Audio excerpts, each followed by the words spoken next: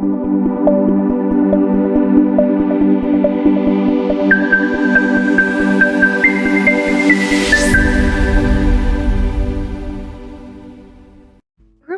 and checking before turning it in is essential in research writing. Proofreading our text makes sense in order for us to be sure that it is precise and free of mistakes, and it gives us the opportunity to improve our writing. Nowadays, there are readily available open and free online tools for grammar checking, readability calculation, and plagiarism tests. A thorough grammar check of our paper is very helpful to us, especially if we are non-writers. Such tools allow us to improve our knowledge, especially of the English language, by showing us our mistakes and errors and correct them before submitting our paper. It is most helpful, especially on our first draft, just to see how we fare. Marking Mate is a personal favorite because it gives a very detailed report of the check. Let's access it now. For our grammar checker, let's access and utilize Marking Mate. So we place the URL here. Okay, and then we access our paper. We copy the content of our paper, and then we go back to Marking Mate and simply place or paste your work here. There you go. And click on this button, Check Your Paper with Marking Mate. Okay, so here we get to have a very detailed report or information about our article. This is very important, especially on the first draft of our article, to see how we fare when it comes to our grammar. So in here, it's like a report card wherein paragraph rating, the sentence rating, the vocabulary rating, down to the general writing style rating with the use of the emoticons and how we fare.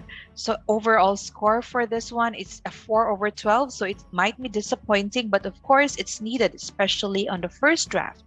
And we are given an advice that it looks that it still needs a lot of work. So we will have to be able to improve our work on this one.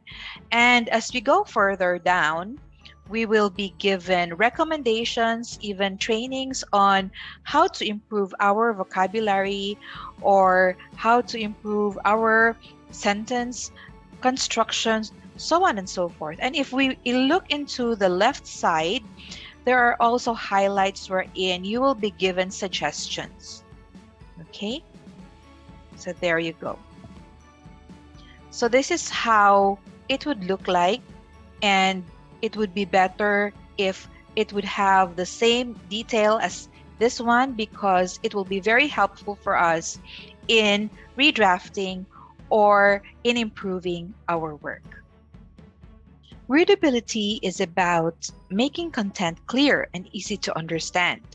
When we look into the readability of our work, it increases the chance that our target audience will actually read it and interact with the content we publish. For this reason, readability should be a natural part of research publishing. Nowadays, journals adapt their readability formula or criteria. To be familiar with them, let me give you a run-through. We have here the Coleman-Liao Index, wherein it highlights readability or understandability with grade-level thought necessary to comprehend the text. Then we have the Flesch-Kincaid readability test, wherein it indicates how difficult a reading passage in English is to understand. Another one is the Automated Readability Index, or ARI, wherein it produces an approximate representation of the grade level needed to comprehend the text. And we have the SMOG, where it measures readability that estimates the years of education needed to understand a piece of writing. All of them rely on a reading level by grade index, wherein the smaller the value of the index, the better, because it implies that your paper can be understood by lower grade levels of people. Take, for example, if the index is 7, it means that it takes for one to be in grade 7 in order to understand the paper. On the contrary, if the FOG index is greater than 17, then it entails a master's degree holder or a PhD student or a graduate to understand your work. So journals nowadays, they indicate which reading criteria they utilize in testing your work and the range of the FOG index that's acceptable for them. Let's try out readability formulas for this one. For our readability test, let's make use of readability formulas. So again, we place our link, which is actually found in the slides. So you could access that one. Once we're here, we click on free readability tests. Okay. And as we scroll down, we can place our work here as well. So we access our work, copy, and then we go back to readability formulas, and this time we paste our work. And then we click on this one just so we can verify that we're human, and then simply click on check test readability.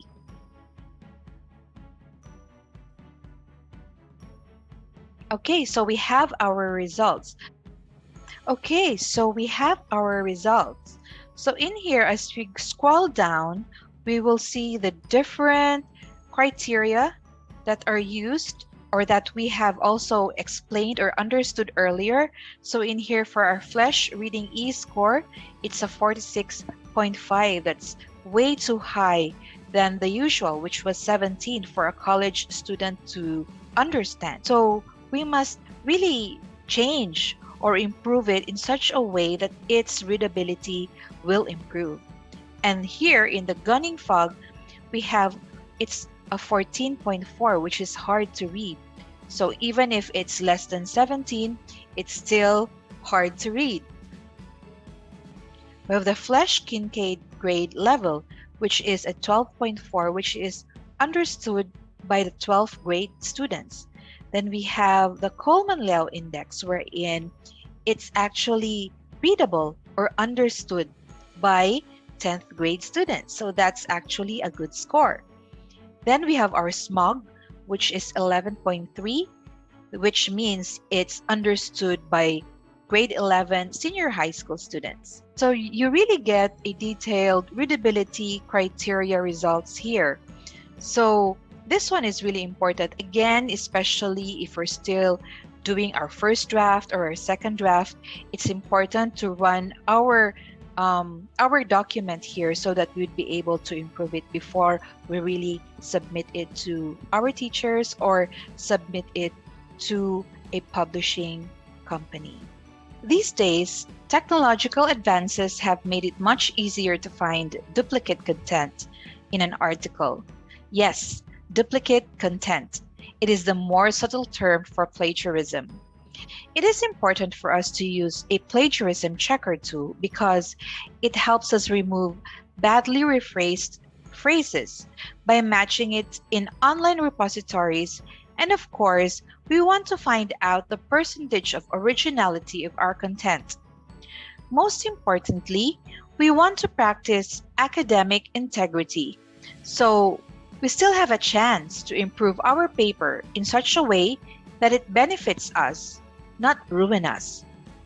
The benefits of not plagiarizing include the ranking of the article in search engines.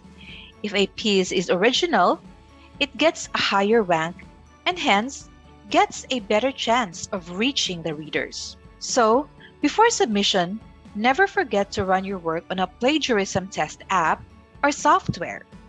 This time for our plagiarism check, let's make use of Plagiarisma. So we'll place our link here of plagiarisma.net.